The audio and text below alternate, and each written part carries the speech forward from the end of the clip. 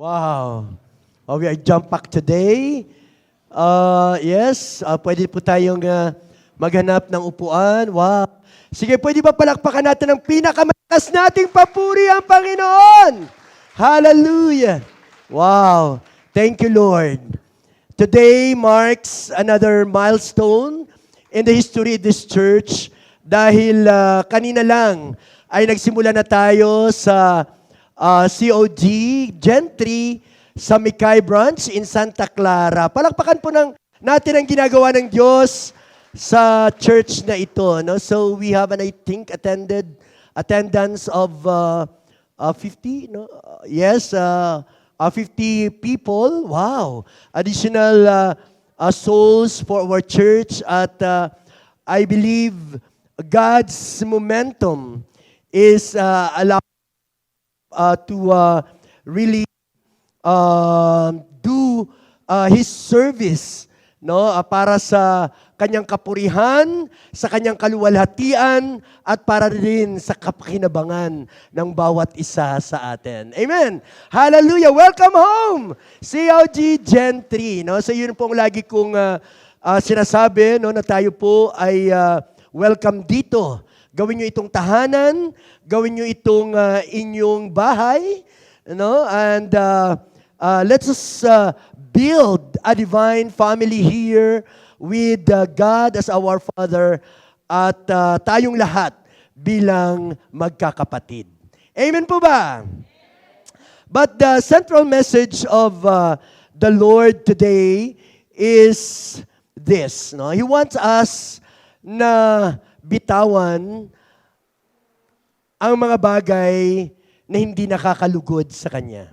Again, God wants us to know, no? Or gusto ng Panginoon na may bibitawan tayo today. Ulitin ko, ang mensahe ngayon ng Panginoon ay gusto niya mayroon tayong bibitawan o isusurrender sa Kanya today. I don't know what it is, but it can be in any form. No? Pwede itong disappointments. No? Hello? Pwede itong disappointment. Let us let go of that. No? Pwede itong relationships. No? Mga relationships na hindi nakalulugod sa Panginoon. Pwede itong dreams na hindi ayon sa kagustuhan ng Panginoon. And He wants us to bring these things to Him today. Pwede itong mga bad habits. No, sa mga kabataan, pwede itong baka nasasobrahan na tayo ng cellphone natin. No? Bato-bato sa langit, ang tamaan ay pwede namang magbago. No? Baka naman hanggang 2:00 tayo ng madaling araw sa kakachat. No? So, technology is indeed a blessing. But we must use this blessing to our advantage. Sabi nga ni Paul, Apostle Paul, sabi niya, everything is permissible, but not everything is beneficial. So when things doesn't benefit us anymore, isuko na natin yan sa Panginoon. Pag hindi na natin kaya, ibigay na natin sa Diyos. Sabi nga sa ating kanta kanina, walang mahirap sa Diyos. Palakpakan po natin ang Panginoon. Hallelujah. It could be things, no, that we feel like pag mayroon tayo nito, we are already complete.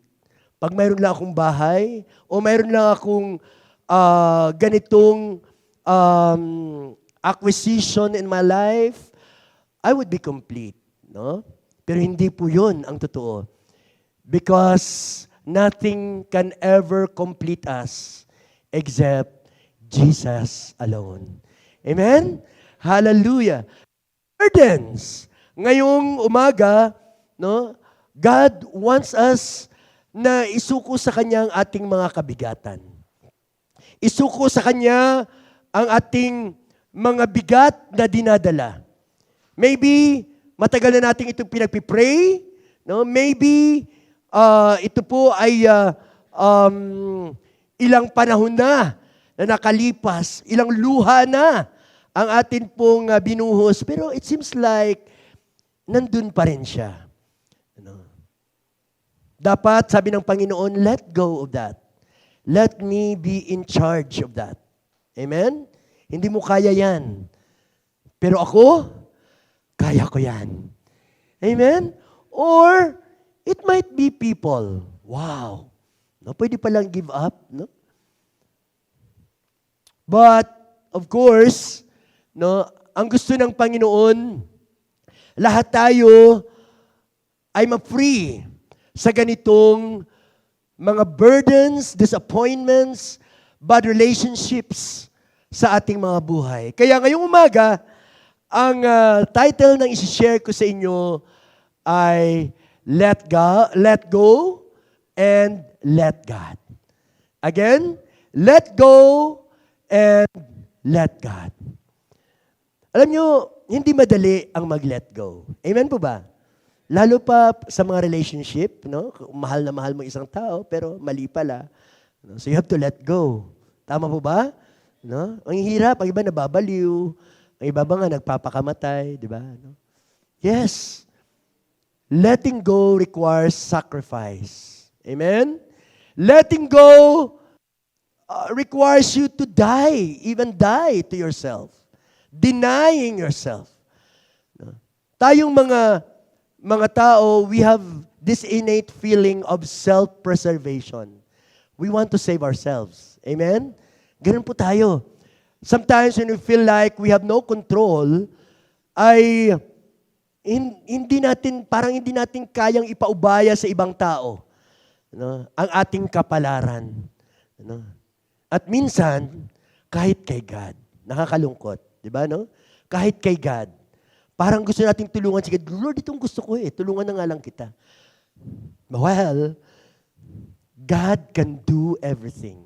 Yes, you can do anything through Christ, but first, your power only comes from the Lord. Amen? So, today, think of some things that hinders you, in your freedom in serving the Lord fully. And let it go. Sabi nga ng kanta, let it go, let it go. Di ba? But kailangan may dugtong siya. Now, when you let it go, let it God. Amen? Kasi baka mamaya, let it go, tapos papahawak mo pa pala yun sa kalaban. Kailangan, kanino natin isuko? Kay Lord. Amen? Palakpakan po natin si Lord. In Ecclesiastes, sabi doon sa unang phrase sa Ecclesiastes, there's a time for everything. Right? Now, yun ang una-una nating naalala pag atin pong binabasa ang mga ngaral. There's a time for everything. But in Ecclesiastes chapter 3 verse 6, sabi doon, there's a time to seek. And there's a time to lose.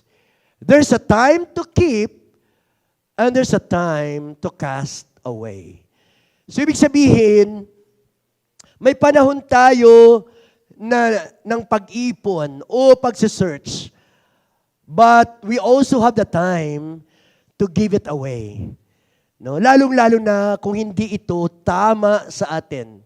Kung ito ay kapahamakan natin. Amen.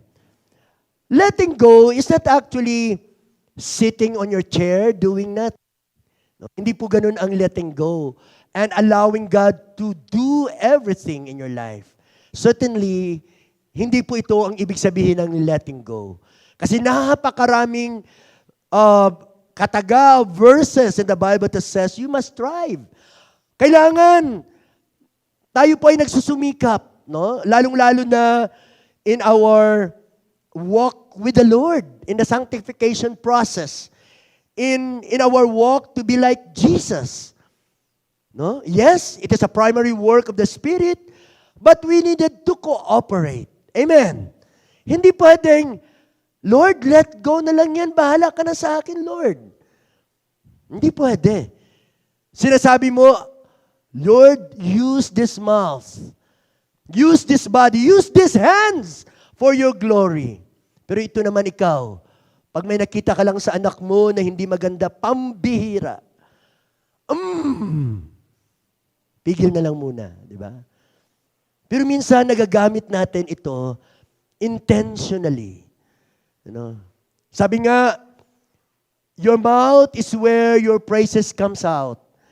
But it is the same mouth that you use para i-down ang iyong kapatid, minsan ang iyong anak, minsan ang iyong asawa. Diba? So certainly, there's an element of our participation there. Pero may mga bagay, sabi nga dyan, na we should let them go. Amen? Love, we should hold on to it. Amen? Amen? Pero yung mga hatred, unforgiveness, please, bitawan na natin yan. Amen po ba? Bitawan na natin yan. Ang mga sakit ng loob, malapit nang dumating ang ating Panginoon. At ayaw nating madatnan tayo sa kalagayang iyan. Wala nang panahon. No? Nakikita na natin sa world scene na bumubuo na ng One World Alliance. I'm not here para takutin tayo, kundi I'm here to make you ready. Amen? To make you ready. Outside, hindi ko alam kung ano na nangyayari. Hindi natin alam na nangyayari doon sa Quezon ba, ang sentro ngayon ng bagyo. And we just let it go. Amen? Kasi wala naman tayong control. Tama po ba? All we need to do is pray. Hello? Pray lang po tayo and let God do the thing. Kasi alam niyo po mga kapatid, even the worst thing could be used by God para lumapit ang tao sa Kanya. Alam mo natin yun? Even the wicked things, the most wicked things could be used by the Lord para makalapit ang tao sa Kanya. Because that's the primary goal of God. Hindi ang primary goal ng Panginoon is to please you. Hindi siya people pleaser. Ang gusto niya, make no mistake of this, anong gusto ng Panginoon? Makasama ka sa langit, magpasawa lang hanggan. Kaya aayusin niya yung buhay mo. Amen? Aayusin niya yung buhay mo. By hook or by crook. Kailangan kanyang pilayan, kailangan kanyang paluin bilang anak niya para matiyak na ikaw ay makasama niya mula ngayon hanggang sa walang hanggan.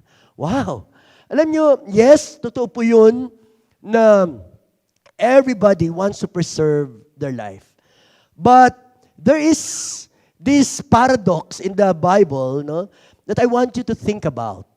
Sabi doon sa Matthew 6:25 and 26, sabi doon, whoever wants to save his life will lose it. Again, whoever wants to save his life will lose it. But whoever loses his life for my sake will find it.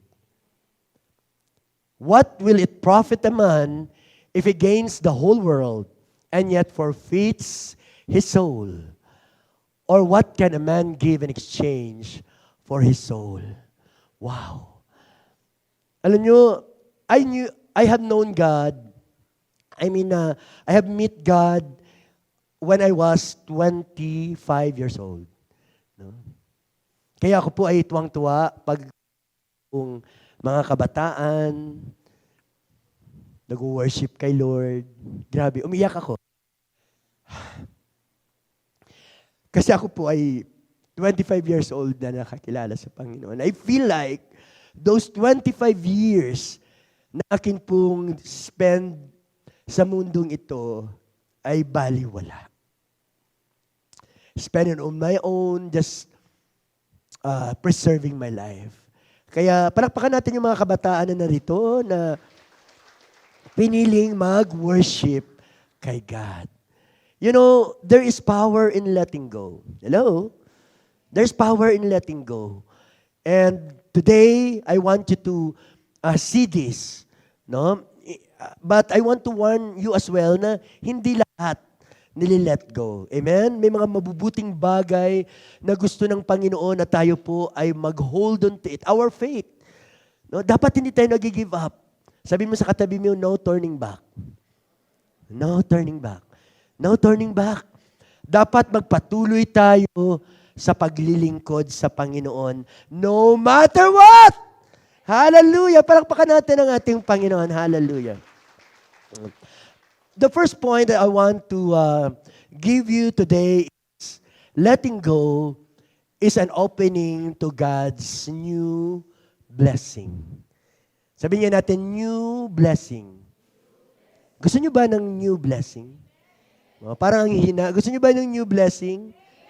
Amen. Wow. Actually, yun din ang gusto ni Lord. Yun din ang gusto ni Lord. In Isaiah 43:19, ito po ang sabi ng Panginoon, Behold, I am about to do something new. Even now, it is coming. Wow. Hello?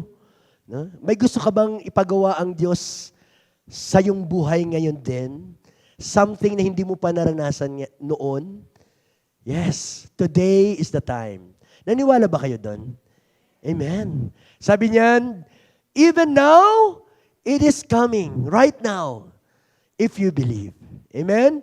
Do not see it. Do you not see it? Indeed, I will make a way in the wilderness and streams in the desert. Wow. Ano? Ihirap nun. No? Gagawa daw ang Panginoon sa desyerto ng isang batis. Alam naman natin yung batis, di ba? Hindi po yun na hindi po yun natutuyot. Pero sabi ng Panginoon, gagawa ako doon. God could make a way where there seems to be no way. No? Sabi nga ng awit natin kanina, walang mahirap sa'yo. Di ba? Walang mahirap kay Lord. Walang imposible kay Lord. But here's the thing, no? Bakit hindi natin natatanggap minsan ang mga bagay na bago? Ang mga bagay na minimithi natin. No? I have come to realize na pag punong-puno na pala tayo ng mga bagay sa ating buhay na sobrang hindi natin mabitawan, we could not receive na punong-puno ka na ng mga bagay, katulad ng lalaking yan, na may bibigay sana ako dyan na something Pero hindi niya na kaya, di ba? Tama? Parang ganun tayo. We hold on to so many things. At yung importante talaga ay hindi na tuloy natin natanggap. Kasi we hold on to the things na hindi naman importante. Sabi ni Pastor C.S. Lewis, sabi niya, a man whose hands are full of parcels can't receive a gift. Hindi na siya makatanggap. No? Saan niya pa ilalagay? Dito sa tainga? Kakapit pa kaya doon yun? Hindi na. Amen po ba? So, we needed to let go. This is where the power of letting go is really evident. Kung gusto nyo na makapatanggap ng isang bagay na mahalaga sa iyo, you must give up and let go of something else. Amen? In the Bible, there are a lot of heroes of faith who has given up, no? Who has given up something to gain some kind of things that have eternal value. No? Naalala ko yung calling kay Elisha, si Eliseo.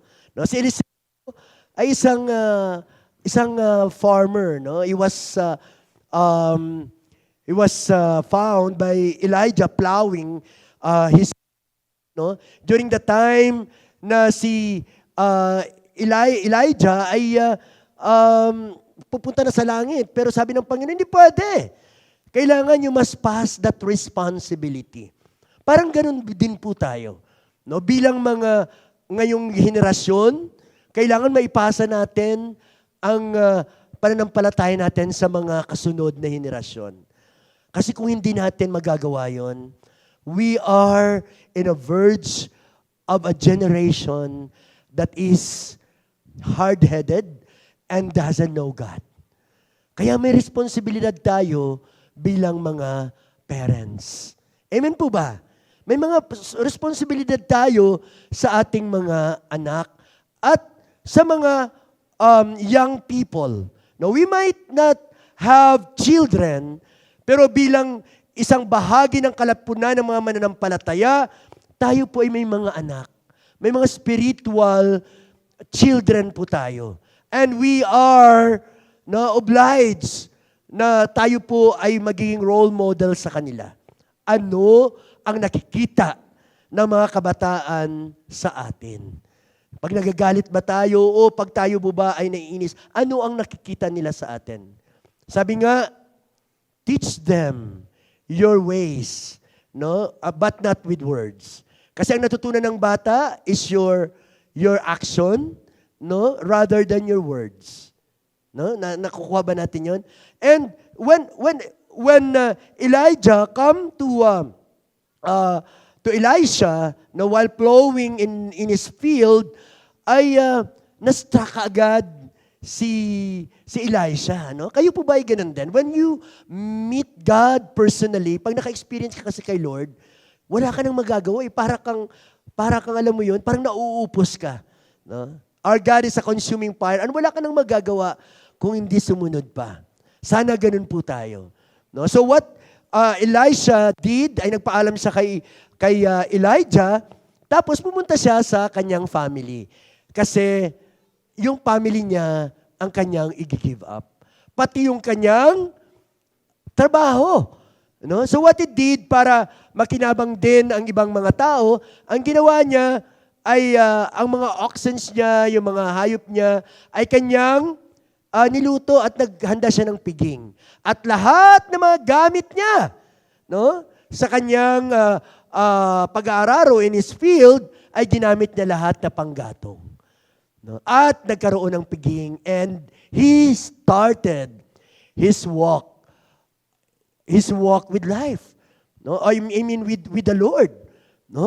At alam niyo ba ang nangyari dahil he has given up and letting go or gone of the things na mayroon siya, binigyan siya ng Panginoon ng double portion of anointing na mayroon si Elijah.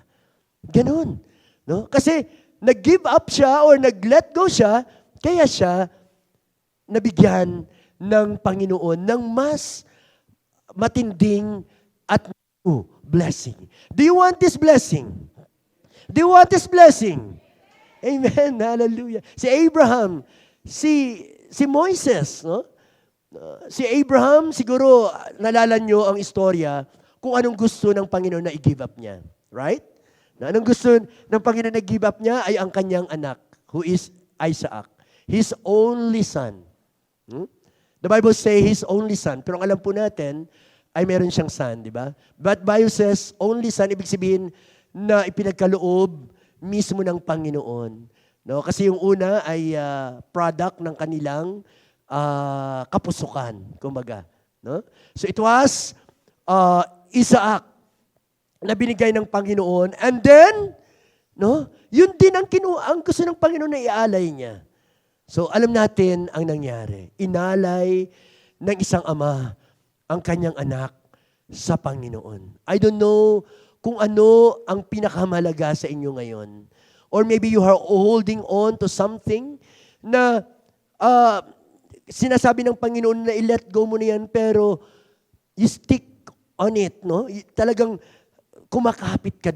And it is hindering you in your walk with God. So today, it's your chance.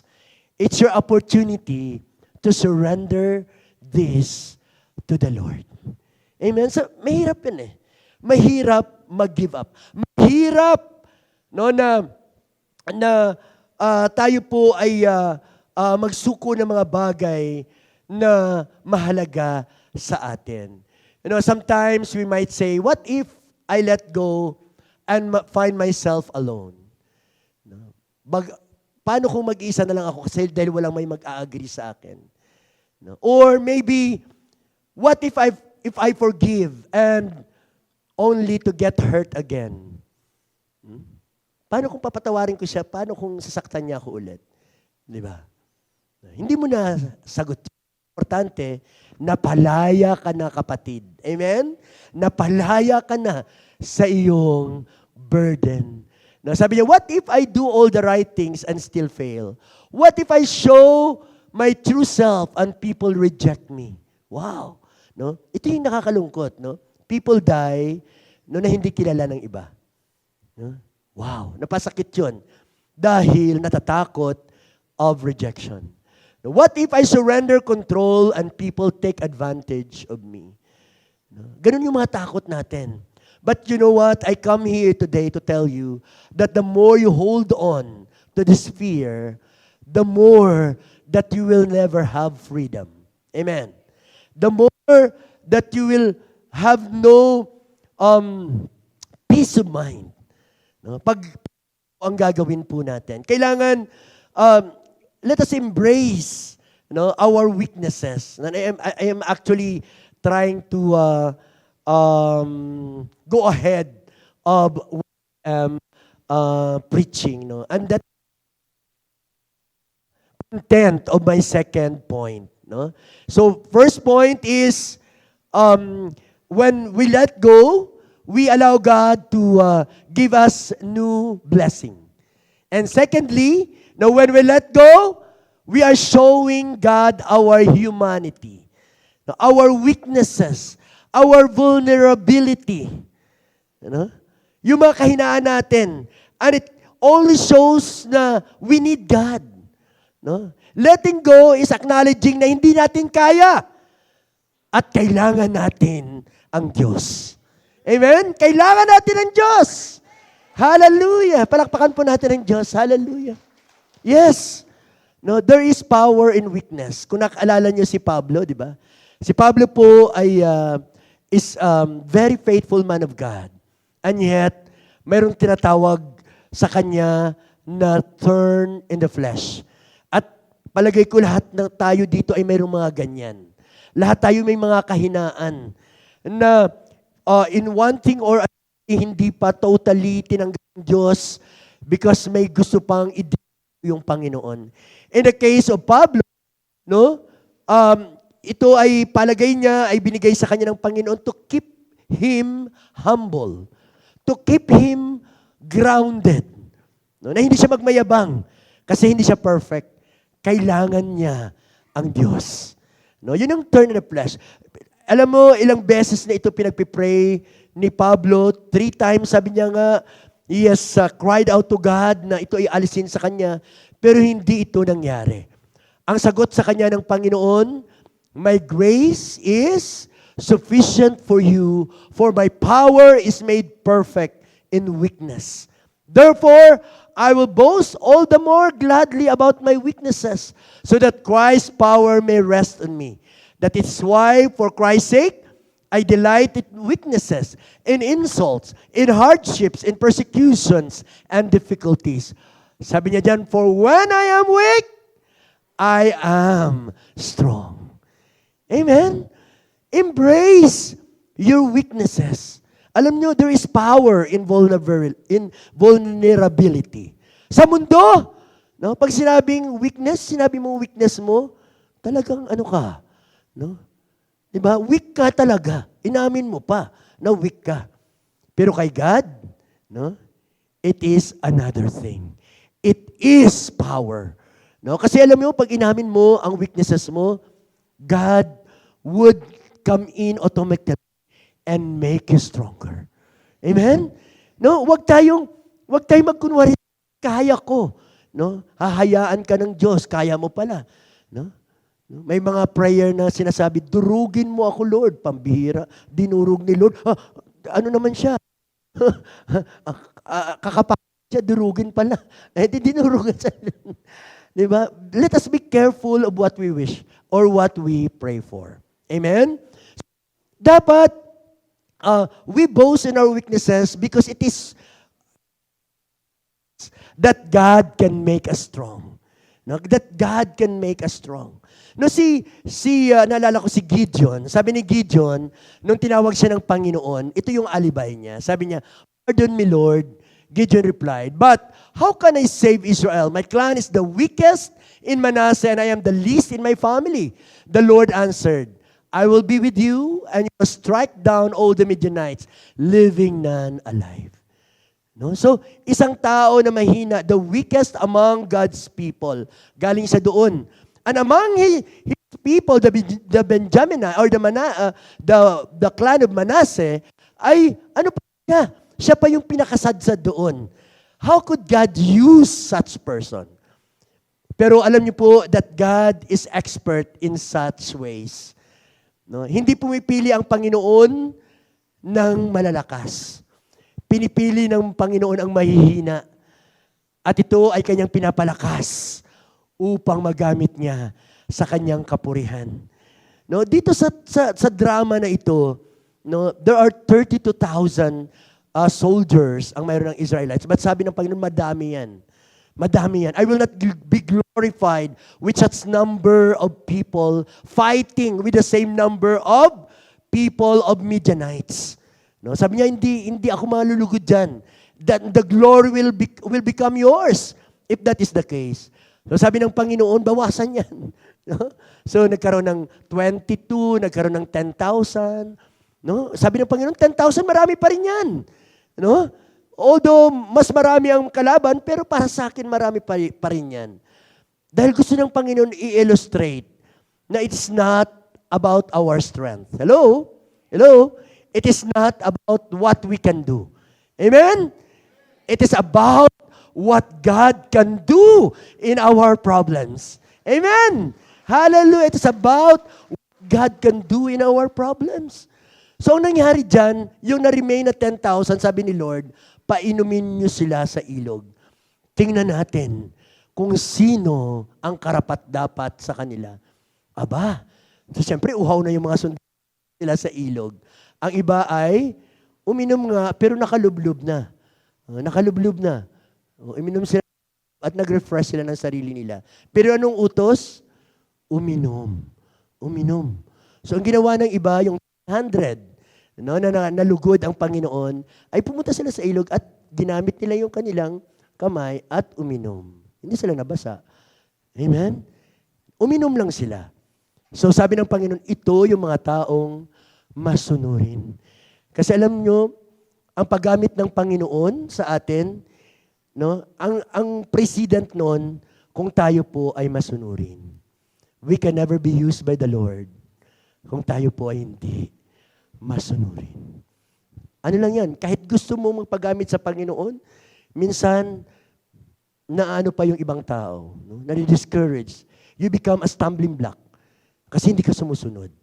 Amen? Pero kung gusto mo na maging pagpapala sa church, maging pagpapala sa ibang tao, pag nag-lead ka, sumunod ka sa Panginoon. Amen? These 300 people conquered the Midianites people. Nang pinatunog nila yung kanilang mga trompeta, no? Ang akala ng mga Midianites, libo-libo, no? Daang-daang libo ang nakapaligid sa kanila. Kaya daglian silang sumuko, daglian silang lumayas, nag-retreat. And therefore, ang lupa ng mga Midianites ay nakubkob ng Israel. Glory to God, not glory to people. Great things He has done. And lastly, no, letting go is acting in faith in the power of God. Letting go is not actually just allowing God to come in. It is putting your trust in God. No? Amen? Hindi pwede na wala ka na dyan. Hindi po pwede ganun. No? Kailangan mayroon kang pagtitiwala. Kahit hindi mo nakikita. Nakikita niyo ba si God? Hindi. Di ba? Nakikita niyo si God? Hindi. Pero nagtitiwala kayo sa Kanya. Amen? Sige nga, lahat ng itiwala sa Panginoon, shouts hallelujah. Amen. Hallelujah. Wow. And that is faith. Amen? Sabi sa Hebrews 1:1, faith is confidence in what we hope for an assurance about what we do not see. Wow. No? Hindi mo nakikita pero nagtitiwala ka. No? You do not do this, but in the future, you see yourself being with God. Amen? Do you yourself being with God when Jesus comes back again? No, and that's hope. That's hope. That's what propels us to do more sa Panginoon. Alam mo, kung wala tayong pag-asa, kung wala tayong blessed hope, wala tayo dito ngayon. Dahil meron tayong pag-asa. Malaki ang ating pag-asa. Sabihin mo sa katabi mo, malaki ang ating pag-asa. Malaki ang ating pag-asa. If only we place this hope in God. We place this hope in God. And kung naniniwala kayo, dapat naniniwala din kayo dito sa Romans 8:28. Sabi diyan, and we know that God causes everything to work together for the good of those who love God and are called according to His purpose for them. Wow.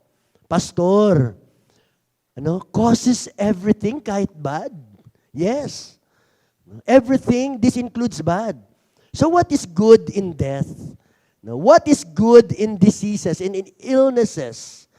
Now, para sabihin mo, Pastor, na kaya pa rin gawing para sa kabutihan ng isang tao ang kanyang sakit. What is good in your husband cheating? What is good sa na-aksidente yung anak mo? Diba? What is good in them? Pero sabi ng Panginoon, we know that God causes everything, practically everything for our good. Kung kaya mo paniwalaan yan, mayroon kang tunay na pananampalataya. Amen? Sometimes it is hard. It is hard. I experienced this myself when the youngest of my child has passed away, stillbirth. It was siguro 10 years ago, I think 10 years ago na. And it devastated me a lot because I have shown my humanity. But it did not last long, siyempre. Kasi ang Panginoon, pag maging honest ka siya, Lord, nasaktan ako. Lord, bakit ganito ang nangyari? At pinaalaala sa akin ni God ang lahat ng rason. I don't mean to a bit personal. Ibig sabihin parang wala akong damdamin. Pero that's the reason why I had not finished my masteral is because I was really in pain during the time. Hindi na ako nagtuloy ng pag-aaral ko kasi nga parang nagtampo ako. I move a bit backward in my ministry because of that. But look at me now. Because I have let that gone in my life. Amen? Pwede nating i-let go ang pinakamasakit na bahagi ng ating buhay at magtiwala sa Panginoon.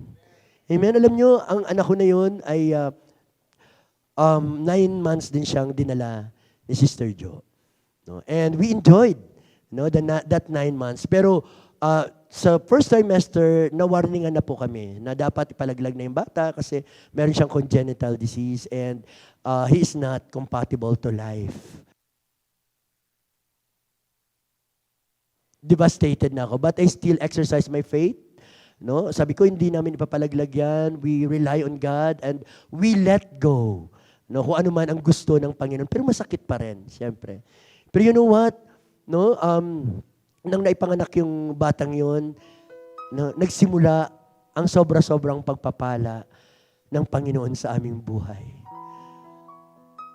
Si Mrs. na dating sakitin, lahat po ay kinuha lahat ni Dudo, ni Baby Do. Dudo kasi ang pangalan niya. Baby Do. Lahat. Kinuha niya yon. Kung sakitin si Miss dati, hindi siya naging sakitin. At alam mo, sabi ng doktor sa amin, mapalad kayo na hindi na kayo pinagsakripisyo ng inyong anak. Pinag-enjoy lang kayo sa 9 months. Sabi niya, pinag-enjoy lang kayo.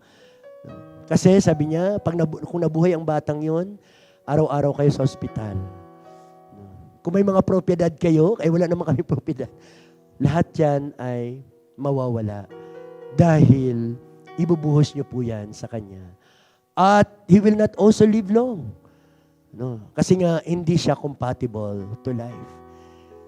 And it is where and when I really accepted God's will for that child of mine. Amen? No? May purpose ang Panginoon. Amen? Alam nyo, the real purpose of God, ulitin ko, is not to please you. Ulitin ko, ang purpose ni God is not to please us. The purpose of God is to bring you to heaven. Amen? Together with Him forever and ever. Kaya, sige po, palakpakan. Kaya kahit masaktan pa tayo, no, sabihin ko ulit, kahit masaktan pa tayo, gagawin ng lahat ng Panginoon yun para lang mapunta ka sa langit. Palakpakan po natin ang ating Panginoon. Hallelujah.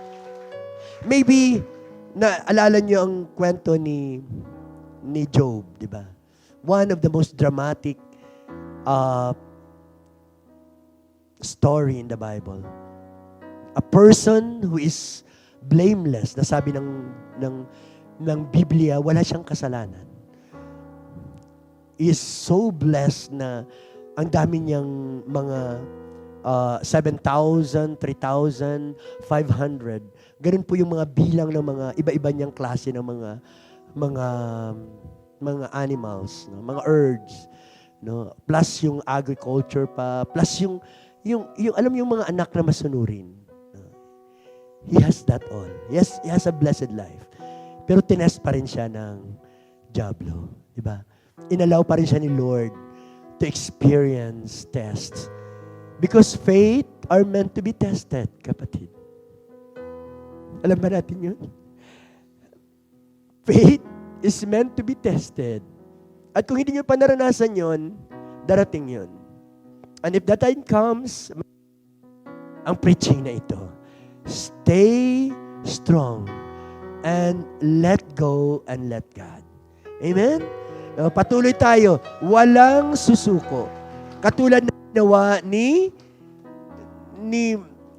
Job. At ito po ang nangyari sa huling bahagi ng kanyang buhay. So the Lord blessed the second part of Job's life more than the first. Yung 7,000 naging 14, yung 6,000, ang 3,000 naging 6,000. Gusto niyo ba madoble ang mga bagay nito? Just let it go. Kung mayroon po kayong mga bagay na nawala sa inyo, maybe ninakawan kayo, no? Just let it go. God can bring that doble. God can multiply that and bless you exceedingly more than you could ever imagine. Amen? Nasunugan ka ba? Nabahan ka ba? Ikaw ba ng ibang tao, o naloko ka ba? Naloko ba tayo? God could return it to you. Just let it go. Amen? And let God. Hallelujah. Sabi diyan, nowhere in the land could women found who were as beautiful as Job's daughters. He saw his children and their children to fourth generation, and so Job died old and full of days. Amen? So I am now in the two concluding verses of my sermon. No, sabi sa 2 Chronicles 19:9, no? Baka sabihin natin na hinahanap ko naman si Lord pero hindi ko siya mahanap. No? Actually, Lord, umahanap sa iyo. No? Nandyan lang siya. No? Nandyan lang siya sa tabi mo. God is here. Sabi sa 2 Chronicles 19:9, the eyes of the Lord search the whole earth in order to strengthen those whose heart are fully committed to Him. So the reason why maybe God doesn't hear you or maybe malayo siya konti sa iyo, baka may hadlang. Yeah, because God could not come to a person who's full of wickedness. Alam natin yan. There's no unity between darkness and light. But if you are committed, if you are devoted to God, God looks for you. Amen? God looks for you. Hinahanap ka ng Panginoon. Nasaan ka na ba? Di ba? And I certainly know na natagpuan ka na niya dito Gen 3. Dito sa COG 3. Hallelujah. Hallelujah. So, ano gagawin natin? Ano ang gagawin natin? Knowing that God is searching for us. Knowing that God is for us. And He is not against us. Sabi nga, He has a plan for you. Not to harm you, but to give you a good future. Amen? Palakpakan natin ang ating Panginoon. Ito daw ang last na nagagawin natin. Don't worry about anything. Sabi nga ni Pastora, let us turn our anxiety to anxiety. No? Ang saya kaya maging Kristiyano. Amen! Hallelujah! Sabi diyan, instead, pray about everything. Tell God what you need and thank Him for He has done. Then, ito po, you will experience God's peace which exceeds anything we can understand. Palakpakan po natin ang ating Panginoon. Let God, then,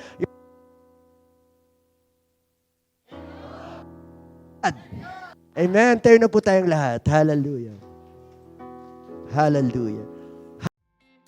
Giving is part of worshiping. To all who desire to give, you may give your tithes and offering through online bank transaction. Details are provided below.